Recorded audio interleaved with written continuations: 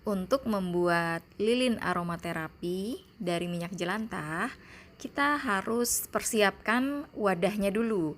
Seringkali wadah yang ada kita tidak tahu berapa volumenya. Jadi kita pakai perumpamaan dengan air. Nah, jangan lupa kita siapkan sumbu. Jadi sumbunya itu nanti sebatas paling atas wadahnya. Nah, jadi nanti kalau kepanjangan bisa kita potong. Tapi kalau kependekan nanti jadi isinya harus di bawah sumbunya. Jadi lebih sedikit dari sumbunya ya. Nah, batasnya itu nanti di atas sumbunya, berarti lilinnya itu nanti jangan terlalu di atas. Jadi ada jarak kira-kira 1 cm gitu ya. Ya paling sedikit setengah senti lah, tapi jangan sampai mentok. Nah, umpamanya seperti ini ya, kita pakai air. Nah, airnya itu nggak kepenuhan, tapi ada jaraknya. Kira-kira begini. Memang betul berat jenis air dan minyak nanti dan stearik acid memang beda. Tapi ini bisa kira-kira. Jadi nanti tidak akan terlalu jauh berbeda. Ini hanya sebagai patokan aja. Kemudian kita bisa mengukur airnya. Airnya ini sebegini banyak itu kira-kira berapa sih volumenya. Nah, kalau punya gelas ukur bisa dipakai, tapi kalau nggak punya gelas ukur bisa menggunakan gelas yang kita udah tahu nih isinya berapa. Misalnya gelas air mineral, kan kita tahu nih volumenya karena ada tulisannya 250 mili atau 200 mili. Nah, berarti kira-kira kalau setengahnya kita bisa memperkirakan sekitar 100 gitu ya. Kalau ada ukurannya, misalnya gelas ukur untuk membuat kue gitu ya, atau untuk alat-alat kerja yang lain yang ada takaran volumenya, itu bisa kita pakai seperti ini. Ini menunjukkan volumenya itu 150. Nah, jadi nanti bahan-bahan yang kita butuhkan baik si minyak dan stearik acidnya itu kurang lebih di 150. Nanti ada sedikit perbedaan, tapi nggak apa-apa, tetap bisa menjadi cara untuk menentukan volumenya. Untuk volume 150 itu kita butuh 1 bagian stearik acid yaitu 50 gram dan 2 bagian minyak yaitu 100 gram. Jadi perbandingannya 1:2. Semakin banyak stearik acidnya, nanti lilinnya akan semakin keras. Apa sih stearik acid itu? Stearik acid adalah bahan yang digunakan di dalam dunia industri untuk membuat minyak menjadi keras atau menjadi padat. Misalnya di industri pembuatan margarin.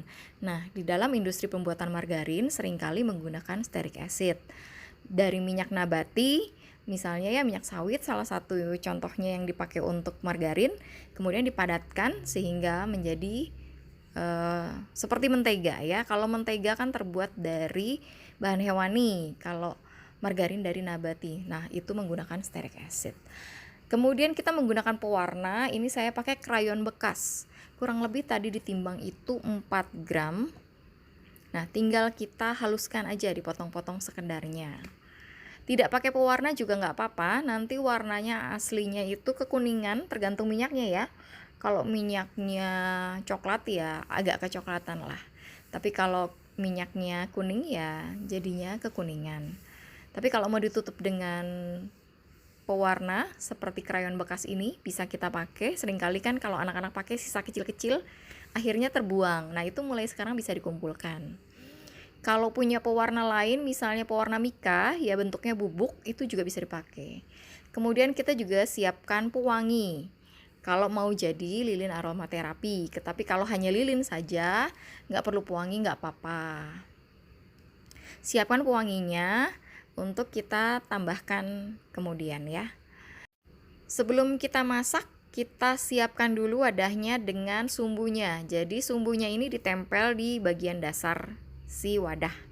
Baik itu gelas, kaleng, atau bahan apapun yang penting kuat panas dan tidak berbahaya kalau kena api ya. Misalnya yang berbahaya kan misalnya bahannya kardus atau kayu. Saya tidak menyarankan karena bisa terbakar. Walaupun sumbunya atau apinya kecil, tapi tetap kita harus menghindari kemungkinan itu. Nah, ini ada stiker. Jadi kalau pakai stiker double tip seperti ini mudah, tinggal kita tempel dan kita buka seperti kita membuka stiker. Kalau nggak ada bisa pakai lem tembak, kalau nggak ada lagi bisa pakai double tip biasa, kalau nggak ada lagi bisa pakai solatip. Ya gimana caranya supaya dia itu nempel di bawahnya. Kira-kira seperti itu ya tugas dari si lem atau si double tip ini. Dan pastikan dia sumbunya harus tetap berada di tengah sampai nanti saat lilin kita tuangkan. Seandainya nanti nggak bisa di tengah, kita pakai alat penjepit ya. Penjepitnya apa? Misalnya pakai sumpit yang di atau batang bambu, 2 batang bambu yang kita ikat karet, itu juga bisa dimanfaatkan. Dan kita butuh spatula untuk mengaduk bahannya. Kemudian kita siapkan kompor untuk memasak. Jadi dengan api kecil menuju sedang aja, kita aduk sampai stearic acidnya ini larut. Awalnya dia akan seperti ini ya, masih gumpalan-gumpalan kecil gitu, seperti pasir-pasir. Nanti dia akan semakin bening kalau dia sudah larut. Cukup sampai larut aja, nggak usah ditunggu sampai mendidih.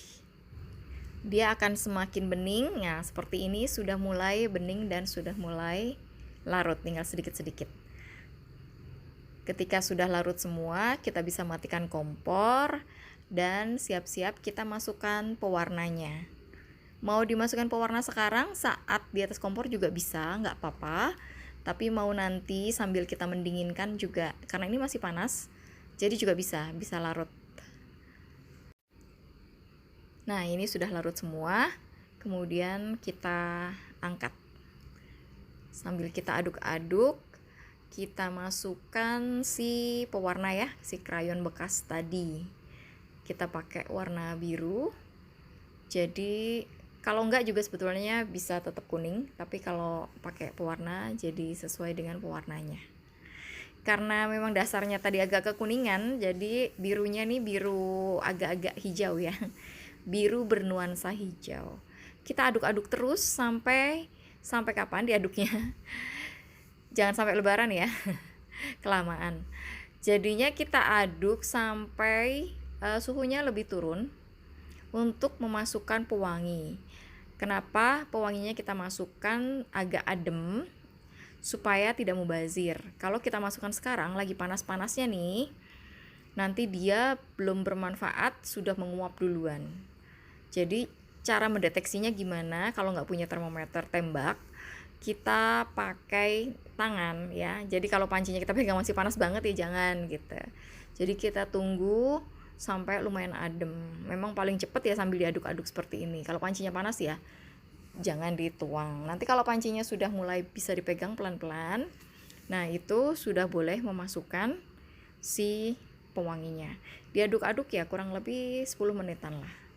Nah ini dipegang udah bisa ya, berarti sudah cukup aman untuk kita memasukkan si parfum oil ini. Parfum apa yang bisa dipakai? Parfum yang bentuknya minyak ya. Kalau parfum yang bentuknya ada alkoholnya, itu sebaiknya tidak digunakan karena nanti akan membuat dia terpisah. Jadi nggak nyampur nanti, seperti ada genangan begitu. Ya, lagi pula dinyalakan berbahaya ya, alkohol itu bisa kena api itu menyala. Nah ini kita pakai 10%, jadi kurang lebih 15 mili.